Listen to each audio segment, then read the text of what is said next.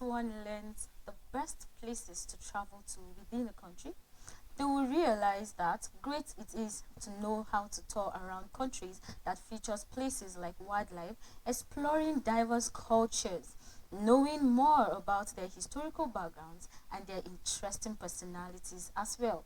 Hence, one of such countries is Egypt, a country with great and ease transportation, effective communication, and a sound security system that ensures the safety of both citizens and tourists. This is the Midday Show live on Elko Television. We are glad you could join us today to know about Egypt and interesting tours that they have and places that you can visit and do all you want to do. Of course, I'm doing this with Tony in the studio. Welcome, Tony. How are you? Very well. How is the weather treating you? Good, better No, than I'm yesterday. not. I'm not trying to make reference to your being in this country. Like I'm trying to have the imagination of you being in Egypt. How is the weather? Beautiful. How is the Yeah, weather there? it's Are you cool. Yeah, I love the cold? weather. It's cool. Cool. Yes. Are you sure? Yeah, I love the weather. It's making me you're making me feel as if you are Don't even lying. start it to me. Do you know why? Please. Don't start it to Do you me. know why? Do you know why? Okay, because ideally, weather like a convenient weather in Egypt should be around April to June. That's So convenient. yeah, that's the convenient weather. But for as it is now, it is extremely sunny. So That's how not a can you problem. tell? I still How love can it. you tell? It's like you being under a scorching sun and then saying you are feeling But at good. least if I'm inside my room, I should be comfortable. At least there's AC and there's everything to make me I feel just at want to home believe and you're all on of the that. defense right now. I'm not being, but you're trying to attack me and I'm trying to defend myself. Eh. Anyways, welcome to Egypt.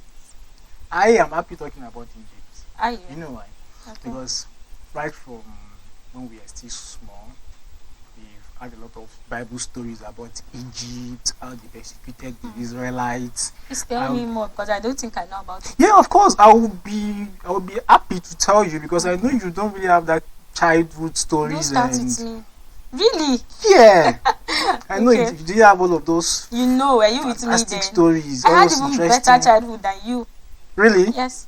You can't tell you. I be Okay, picky. let's oh. hear you. As Is it it be like about this, that? as it be like this now, Bible supposed to inside my brain. Okay, let's hear Anyway, you. Egypt is a very nice place, and it's a country that is filled up with a lot of ancient historical backgrounds, talking about cultures, talking about ancient history, talking about a lot of things, a lot of originations of even the written form of say language. It originated from Egypt, and for the fact that you cannot separate King Pharaoh, the famous King Pharaoh, from Egypt is one thing that should interest one knowing more about this fantastic and exciting country, because you can't talk about Egypt and exclude King Pharaoh, my favorite actually. Wow. Which of them, please? How many Pharaoh do they have? There's no. I thought you said you had the Bible in your head. No, yeah, we have kings. No, I'm not in Bible study, so Okay. let's not dwell into that now. But on a very serious note, like talking about Egypt right now, it's actually a place that they are very like people like talking about the citizens and the people that are embedded in.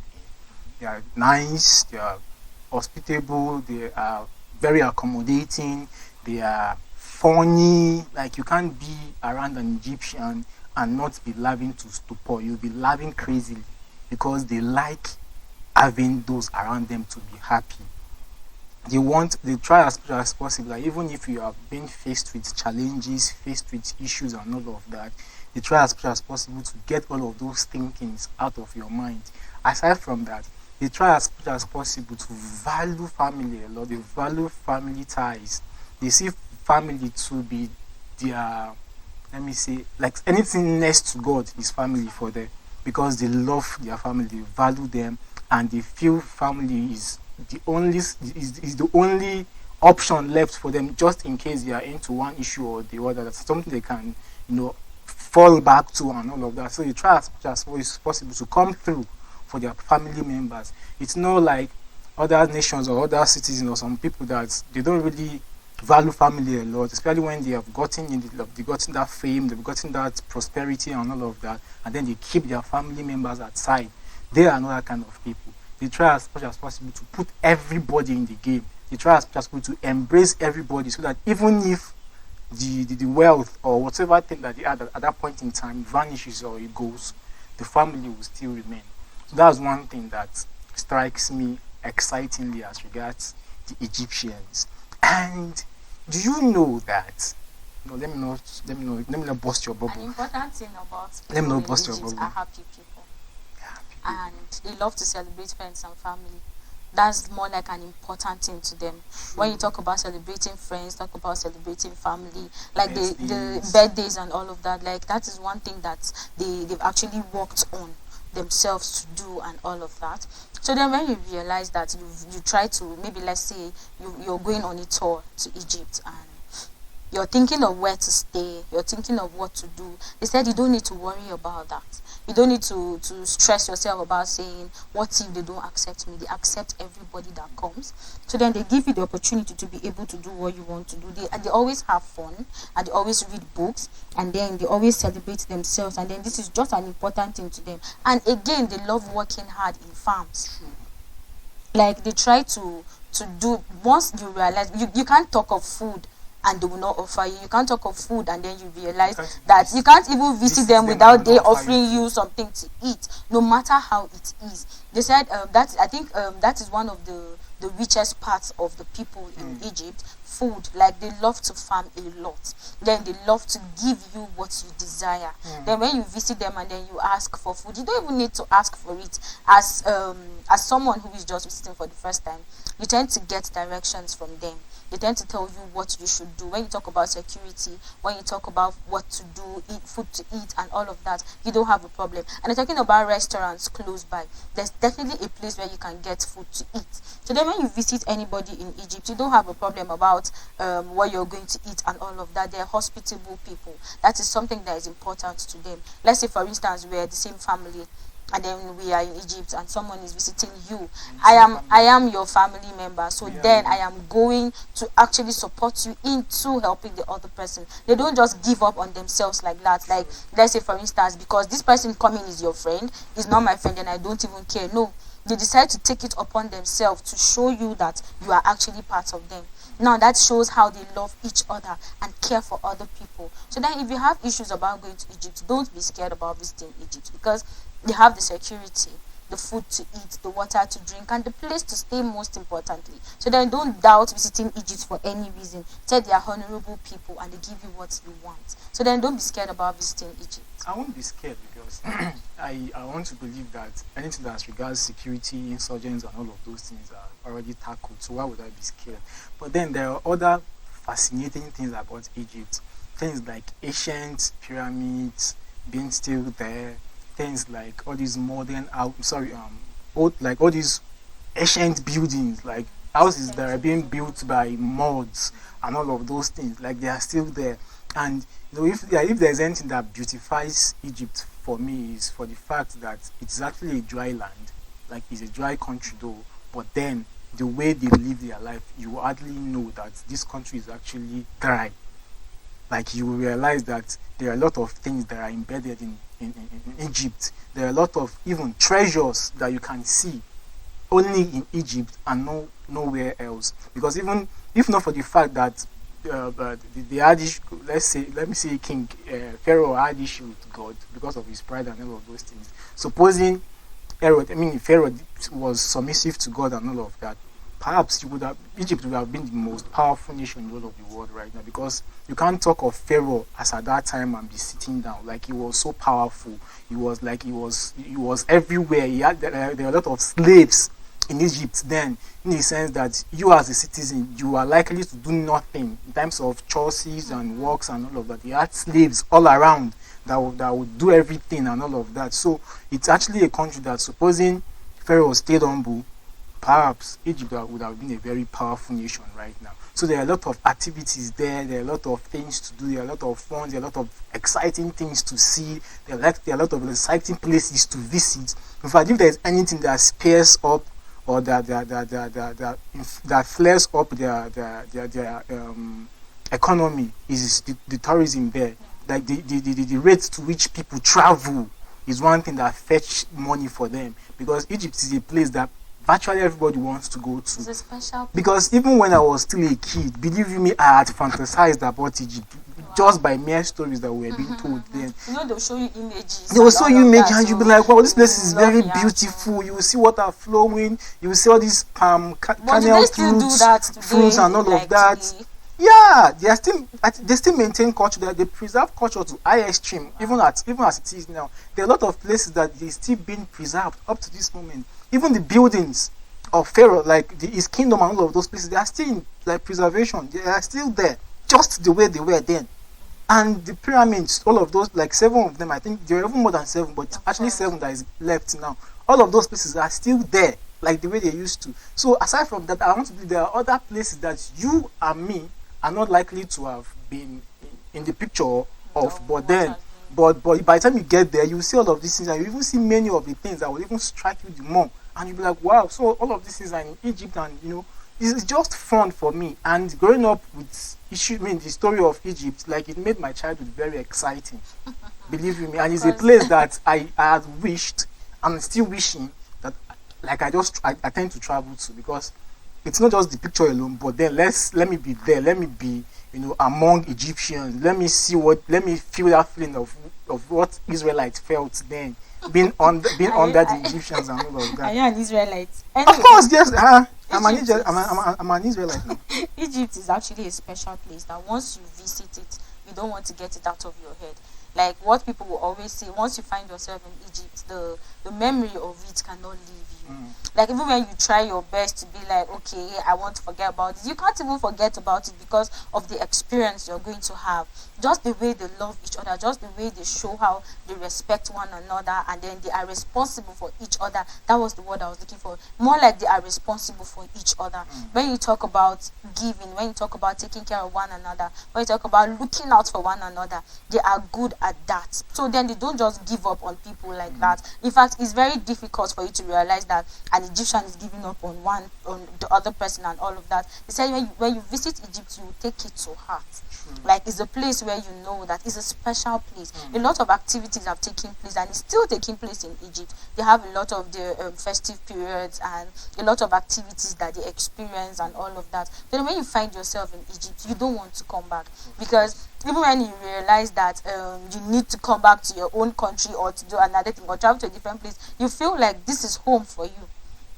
So then when you find yourself in Egypt, it's more like a home away from home, because you're comfortable. They make you very comfortable. They give you food to eat. They give you shelter. You have nothing to worry about, even if it's business. And then when you talk about farming and all of that in Egypt, like they are good at that. Like you can just decide to plant anything, and then because of the River Nile, it always brings out good crops for you. Like talking about that River Nile, there are a lot of things that River Nile have brought into Egypt, in the sense that it helps him, or it has provided them the water to drink, in terms of easing of transportation, in terms of hunting for fish and some other animals that live within the environs of River Nile, and for the fact that it's actually a place that reminds us of where Moses, if you remember that story, I told you I have an installation of Bible in my head. Okay, it's where this he same was river. taking from.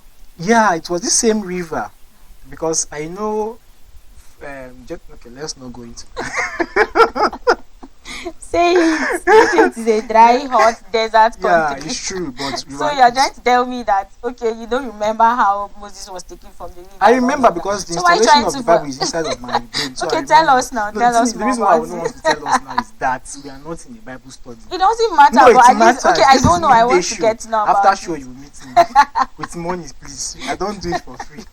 Anyways, when we talk about the river now, they said a lot of things grow around it. When you plant, like it grows very fast. Like people are dependent on the waters at the River Nile, and then the River Nile was really important to the ancient Egyptians because it provided them with water to drink and irrigate their crops. Of course, then they would use the river for transportation, and they would also catch fish and hunt animals that lived near the river, of course. And then the Nile also made the land around it really fertile. So then when you talk about planting and anything, it means that you really have good crops growing there. So it's not easy to think that you find yourself in Egypt like you'll not get food. Of course, that is why they always give us food, because it's always available. They have it in abundance. Traveling, they travel again through the River Nile, transporting goods and all of that through boats and everything that they said an important source of protein food when people catch fish. Then the main building material was mud brick.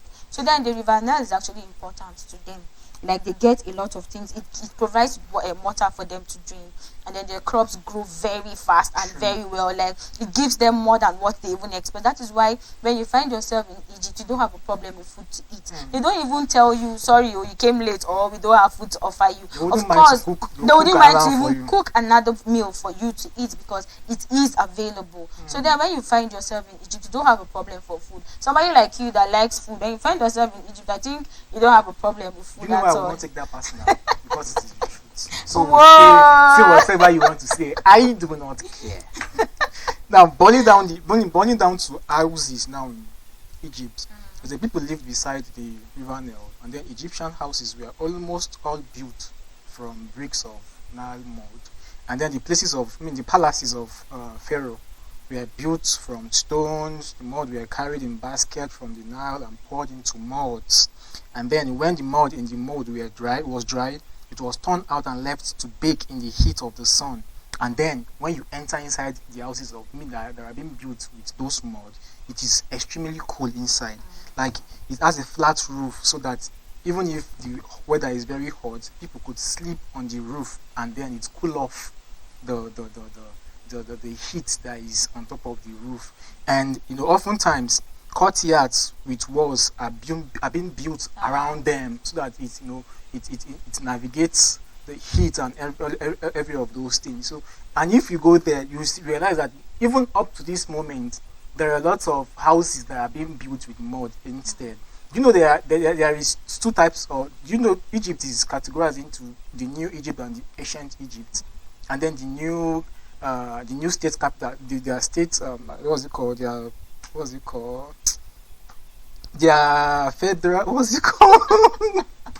Like when we have Abuja to be FCT, the FCT like of Nigeria, capital territory. Sort of.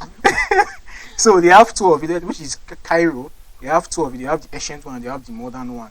And for the fact that the ancient one is still there in preservation, it should make people have this curiosity to know the things that are still being preserved. Talking about mentioning Pharaoh's palaces, which are still there. Talking about pyramids. Talking about a lot of things that are being preserved. Like a lot of things that reminds or that will remind us of how ancient Egypt used to be like. Like there are a lot of things, a lot of buildings, a lot of things that are being preserved for the sake of posterity, for the sake of coming back to remind yourself of how things were done in the past. You see places there, you see buildings of slaves, how they were being beaten, how they were being persecuted, and a lot of things. Would remind you a lot of things as regards how the old or ancient Egyptians were used to their life or their living as at that point in time. So there are a lot of things that you'll be reminded when you go to visit this ancient Egypt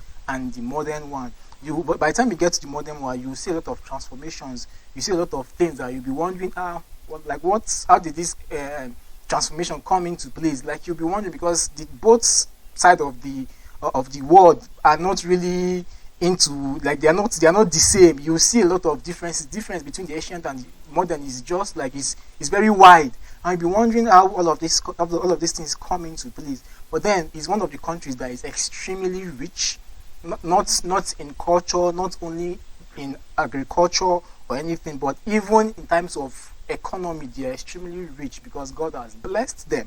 When you have a country that used to be, or probably a lot of people have helped in developing, you realize that there are a lot of modernization, there are a lot of civilization, there are a lot of things that you would want to see, and then you will be how how did this thing come into existence and all of that. When you talk about things to do in Egypt, and then you talk about Egyptian servants and how they live their lives and how they are being treated and how they are supposed to do certain things in the country and what they should do and what they should not do, you realize that he said we all know about their daily life from the beginning, and then from the beginning of the day to the end of it. You said you realize that the number of tombs and paintings that they have, you see all the paintings that they have, their templates and all of them. The houses which are shown, they are wealthy people priests and scribes, government officials, and master craftsmen. Then the paintings show a large number of servants or probably slaves working in the houses. From the paintings, we know that they are servants. We know that this is their own jobs. This is what they're supposed to do. Then you looked after the charcoal fires, you ground wheat to make bread, cooked meat over fires, carried baskets full of vegetables. Of course, that is their duty. You know that they are. So from the paintings, you realize that this is actually the servants in Egypt, and this is their duty. This is what they are doing. Then they try to grind flour. They try to do a lot different activities just to show that this is the life in which they are living. This is what they do. So then people in Egypt actually have people that do a lot of menial jobs for them in order to earn a living, in order to know that this is the difference between them. Like you see them carrying a lot of things on their heads and their shoulders and all of that. The families in Egypt, in the ancient Egypt, they had houses with beautiful gardens looked after by slaves or servants. Of course, as usual, you know that when you have a house and then you're a busy person, of course you need someone that's going to help you to do that. So then the slaves and servants in Egypt actually have their duties to carry on. So then you know that this is another thing that Egyptians are being known for. But then they actually do all those things just to earn a living. And then the beautiful gardens and all of that they have, and then hunting with dog in the marshes, and women are shown sitting on couches talking about how they should go about their things and how they should live their life, listening to each other, listening to music, and the life, like it's just more like an easy thing to do, like an exciting thing to do. Then they have games, entertainments, and all sorts of things that you want to talk about. So then you cannot say you find yourself in Egypt and there's a dull moment. No. And then the children are always found playing in gardens and then playing all sorts of games that children play, of course. So then life in Egypt is something that one should experience. It's something that one should actually see and then tell other people about. Then if you've not been to Egypt before, then today you should know that there are a lot of activities to be done in Egypt. So then don't just dull yourself and think, okay, they're talking about it, maybe it's just ancient. But it's not. They have a lot of things happening right now. That's the modern part of it. So then a lot of things are happening in Egypt that people are actually showing themselves. They are actually wealthy people. So then you don't have a problem about it. Even if it's business you want to do, when you find yourself in Egypt, of course you're going to start up your business and realize it's growing rapidly, because they don't take that for granted. If they don't take visitors for granted, if they don't take tourists for granted, if they don't take what you've come to offer for granted, then why should they take your business for granted? Then if the plant all they want to get and then it grows very fast and they intend to sell it out to other people, of course it's the place for you to go and start up a business and realize you're just getting what you want. So then they don't just waste your time, they don't just take you for granted. So then find yourself in Egypt and do something about your life, or just decide to invest in a lot of things, and then you realize you're yielding profits like immediately. You're good to go actually. Then talking about farming too, they said the vast majority of people in Egypt, however, were farmers, but they farmed in field that is near to the bank of River Nile. But then men, women, and children from a young age all worked in these fields. But then they plowed the land with wooden plow pulled by oxen. They sowed the field with seed and watered the ground with water from the Nile. They harvested their grain using sickle. Then they threshed or beat out the grain from the husk, and then by getting their oxen to walk round and round, trending on it, all the grain were controlled by royal officials and kept in a royal store, stuff like that. That is to say that they value farming a lot. And farming is one of the things or major things that boost their economy and all of that. You hardly go to visit and you see them importing like food stuff and all of those things into the country. They rather export their stuffs out for people to patronize and to buy and all of that. So it's a country that really value agriculture. They put so much importance in agriculture because they know what they can get, or probably what they are getting from agriculture.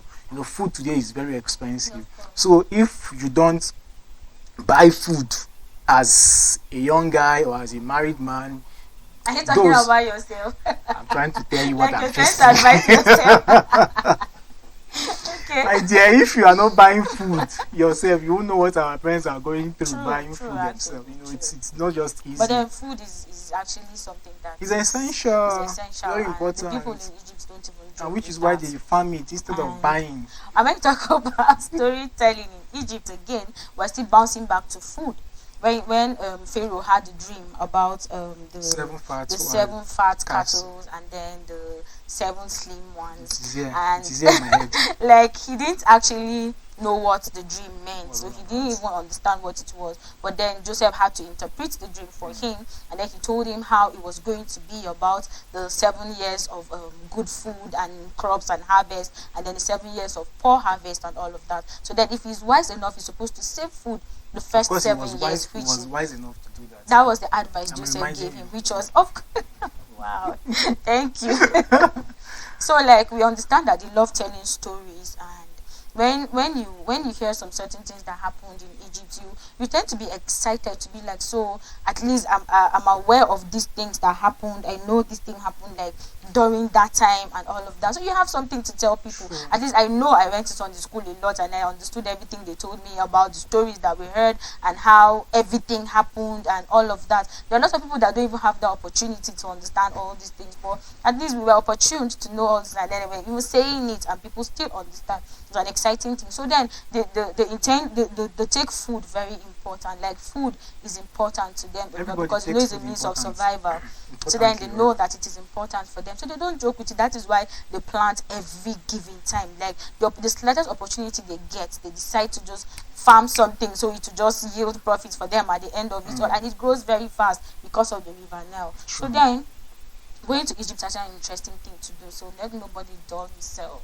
How you want it by yourself? How Now, talking about the globalization in Egypt, the life in the city is actually fast, dynamic, and very loud.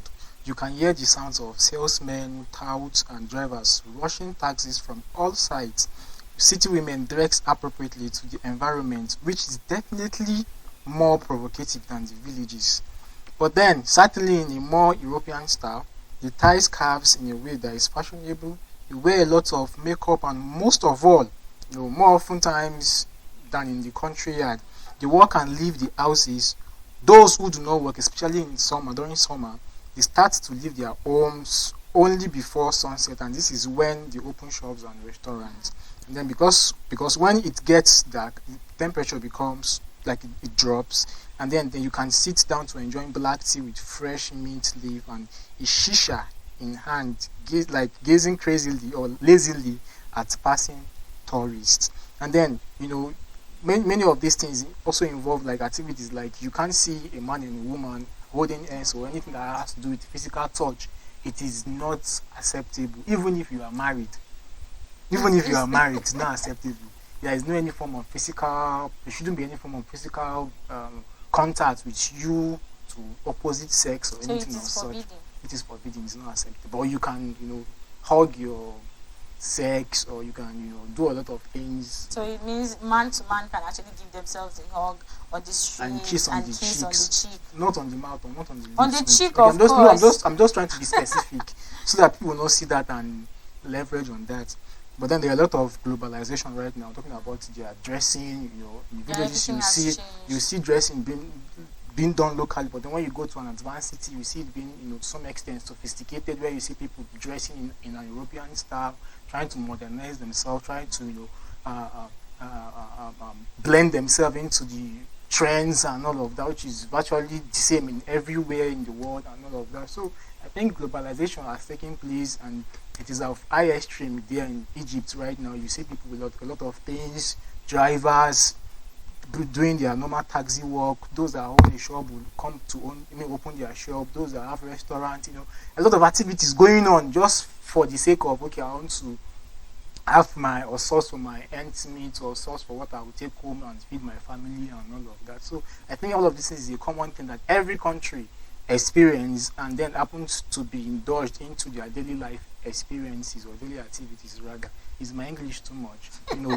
Thank you, because anyways, we've said most of the things that we know and we've read and during our research and all of that. But then I think we'll take a time out, and when we're back, we'll tell you more about their tourist attractions. Stay with us.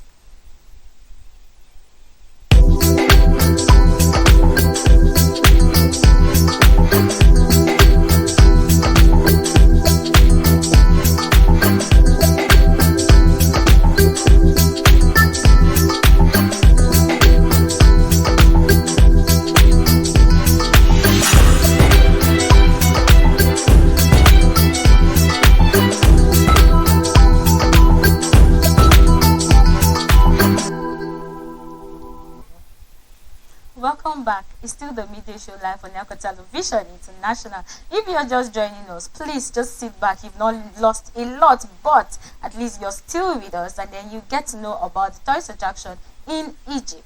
Welcome back to me. Thank you for having me. Always As so. usual. Yeah, please. And then the tourist attraction, we have the pyramids of Giza. Which is one of my exciting places to visit. Okay, talk about just it. in case. Thank you. Okay, I'll gladly talk about it because it's one of the places that I have so wished to, see for myself, be in that presence, have that feeling of, okay, at last, at long I'm last, here. I'm taking pictures with the pyramids, I'm here touching it, clamping it, Okay. doing a lot of things. It's one of the last surviving wonders of the seven wonders in the ancient world. And then the pyramids of Giza are one of the world's most recognizable landmarks. Having heard by travelers down through the ages, these tombs of Pharaohs Khufu, that is the structure and all of those things that were used in making up the stuff or the building of the building, the structure, guided by a lot of things like they are actually one of the most top visitors list of tourist attractions to see in Egypt, and oftentimes the first site they tend to go after landing is this pyramid, just like my kind of Okay. my kind of instinct, like or intention. By the time I first of all enter Egypt, the next thing Of course, that's the first place I'm for coming you to here to come notice. and look at it to pour out that feeling. And then from there, I'll just pull the call through to Linda. Okay, this is where I am. I know you are jealous. I know you are wishing to be here, but God has made it possible that I'll be coming before you. But don't worry, don't stress. God will make it all possible. Wow.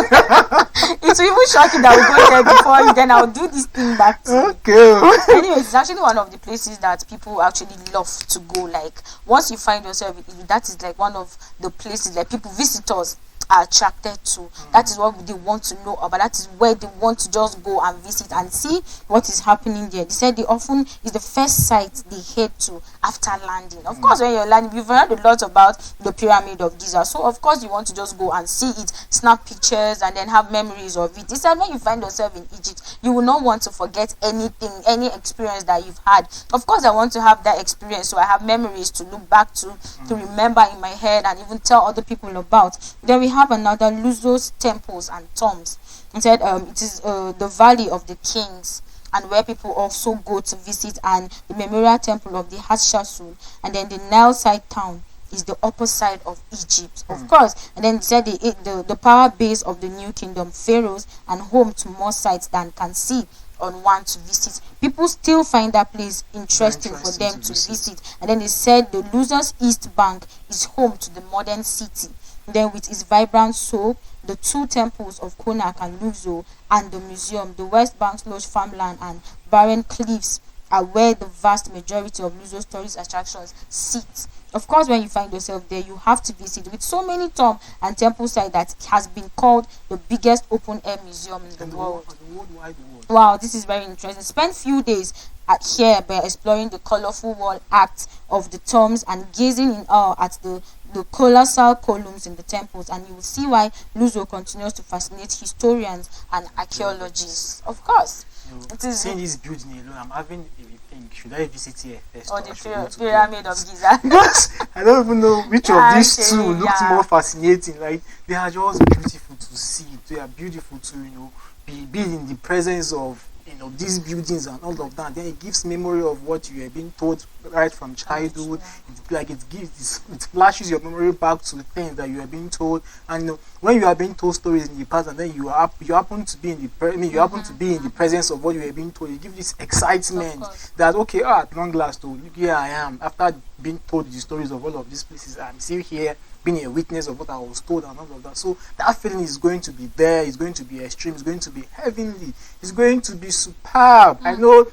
As I'm expatiating on this, now Linda will be like, "Oh God, when money come, let me travel out." It will come and I'll go definitely. Okay, don't worry, I'll fast for you. I'll put you to prayer so that God will answer your prayer. So that God will answer your prayer after I've gone, and then you go. Have your own experience. I like the fact that you're putting yourself first. No, That's it's not a true. problem. No, I'm not being stingy. I'm not being selfish. Anyways, another tourist attraction that people would love to go to It's is cruising actually the river now. okay. I See only how help happy you. you are. I decided to help you to say it out Anyways, now. cruising the River Nile is actually a place where so many visitors want to go to as well. When you talk about visiting the pyramid of Giza, when you talk about the other places that people want to go to, this cruising the Nile is another place that they want to go again. Multiple people go there, like they cruise upon this famed waterway, and then that they saw the rise of the pharaonic era is a highlight of their Egypt trip. Cruising the Nile is also the most relaxing way to see the temples that stood the banks of the river on the route between Luxor and the Swan.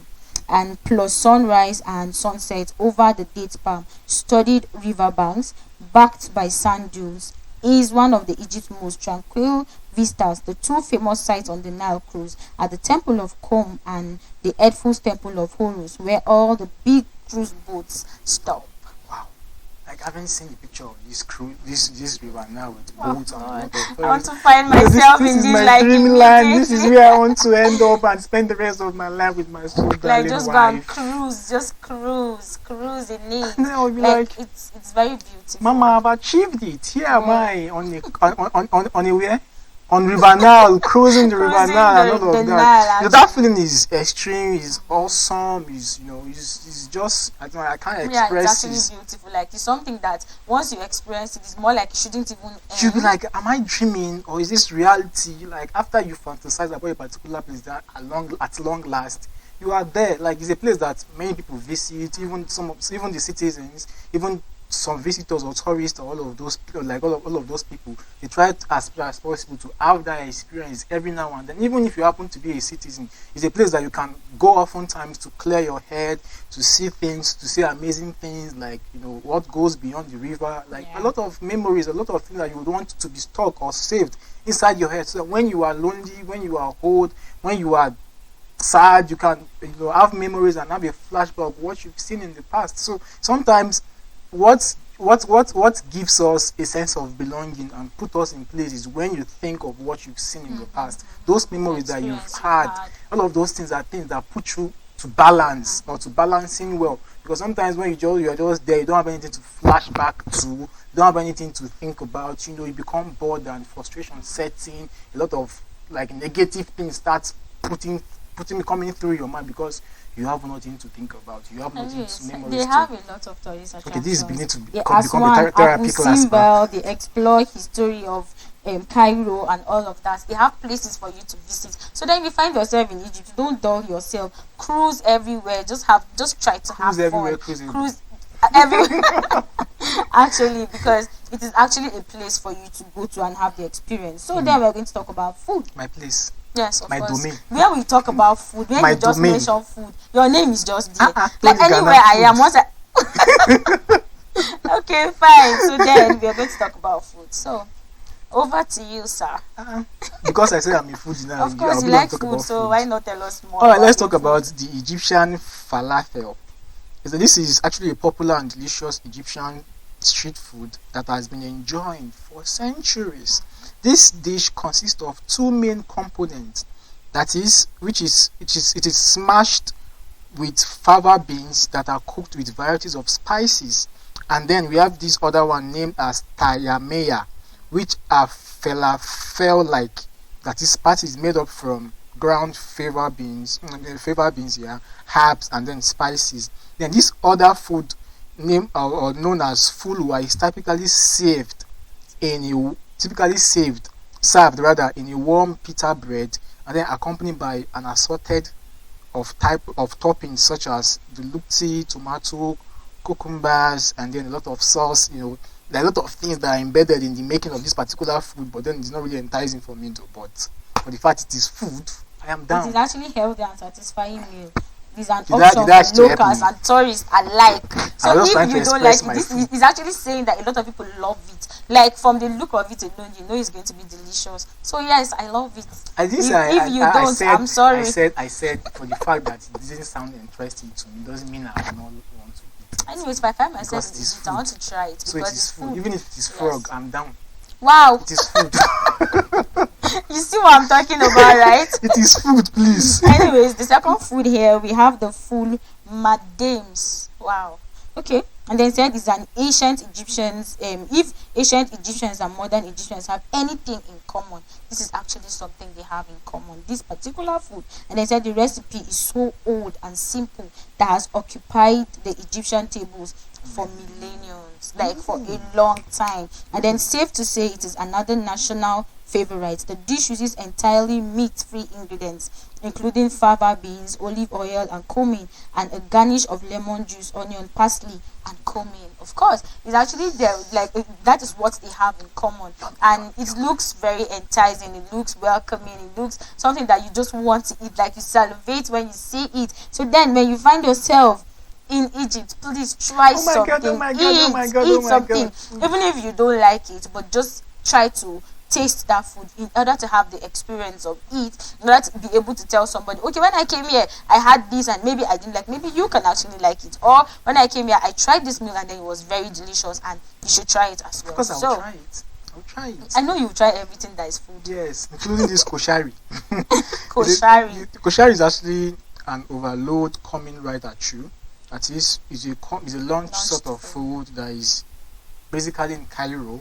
You will see a stack of local being lined up at every kushari shop, just waiting, like waiting heartily for a small portion of this food, so that you'll be able to, to give a quench to these dying cravings that you have.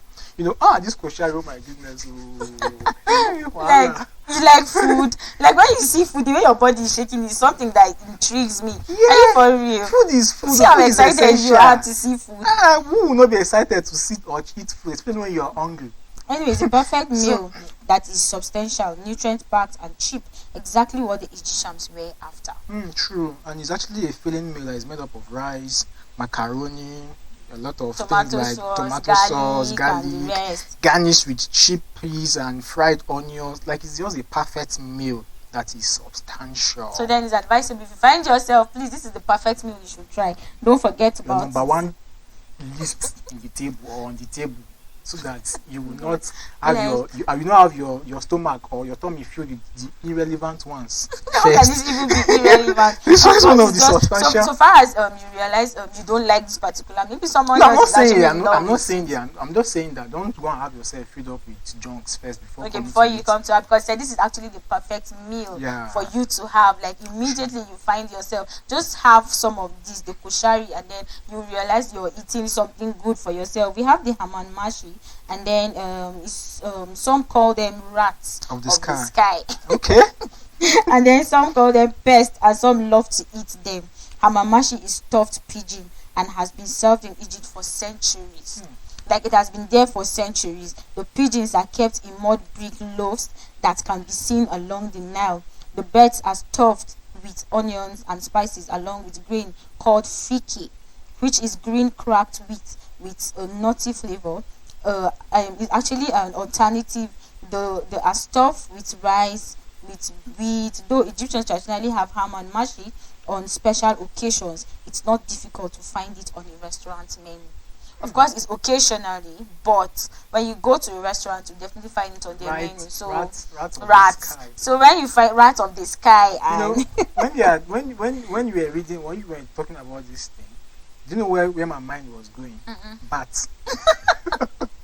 Okay, this is rat of the sky, right? Like, my mind was just going. And then some call it pests, but then some love to eat it. But since it is cooked and it is garnished with a lot of stuff, I know you will love to eat it. I'm there. There's nothing you will not want to Why eat. not? Why not? People that are eating, are they dying? No, they're not. They're actually enjoying, but then they said it is not something they eat often. It's occasionally. I will not mind eating. But then when you go to a restaurant, you find it. Why don't they eat it often? Did you ask yourself? Like, you just want to have everything overdosed? It is food, please. Eat food to stupor. Okay. Then we have the fitiru baladi. This is one of the Egyptian dishes that is very much like pizza. It is a super buttery and full of calories, and it's so worth it because fit is made up of plenty of phyllo pastry, that is layers that are cooked in a brick oven.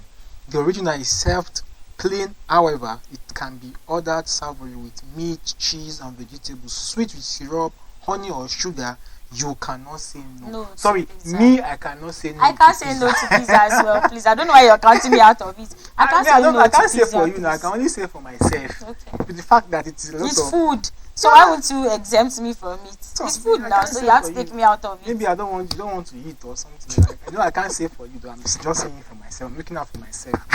When it comes to food, look out for yourself first. Anyways, no So that problem. you I look out for someone understand it's else that food is now. hungry. It's food. So that's not a problem. They also have shawarma. It is very common, I think. And I said, although shawarma is not their native food, it's not a native food in Egypt, but then it became so. It became so since Egypt was part of the Ottoman Empire. So it says shawarma is layers of meat, which could be lamb, chicken, or beef that are placed in it, and then the outer layers are then shaved off and chopped into a tasty hunk of bread or roll. Shawarma sangas are a big highlight. So then, of course, it is still something for you to taste, for you to eat. If I find myself there, I think I'll be eating it often, in as much as it is not a native Shawarma meal. generation. Of course, I don't have a problem with that, but then I think I can actually say no to shawarma. I can say yes to shawarma. I have the right to. So then I don't. There is a possibility of you not saying no. Anyways, food. It's actually interesting to see the different delicacies they have in Egypt, the kind of food they have, and the way you're supposed to eat it, and how it's being made, and the ingredients and everything. When I find yourself in Egypt, even if you don't know how to prepare them, at least you're with an Egyptian, you definitely put you through and you learn one or two things because it is food. And for you, I know you definitely want to learn how to prepare some certain things very about it. definite, so pronounced. Wow. Is it you that's actually accepting the fact that you love Yes, food? there's no kind of accepting to be a lover of food. Anyways, Well, belly it's dancing are one of the things people should know about the Egyptians. Yeah, Some they certain actually things, like yeah, it. of course. The type of dancing involves moving your hips, and I think you said you were going to show us the dance steps and all of that, how it's being done. I can't So stand why not up. just no? You don't need to stand up. Something like you have big belly, hot belly, very easy. So do shake it, less. just shake it. Okay. Then Anyways, allow the belly to be swaying to the rhythm of the beat so that you just. so be if you going don't have through. pot belly, you will not be able to No, dance you it. can't. That's why pot belly is important. So Whoa! So you need to have pot belly before you travel. yes, Oh, you have to wow, have okay. pot belly first before you try this belly dance, so that you know be caught wanting. Don't come and be whining your small belly that is not there. So it's actually meant for those that have pot belly actually, Okay. so that you'll be able to sway to the beat in and out. You swing out, you sway out, you sway in.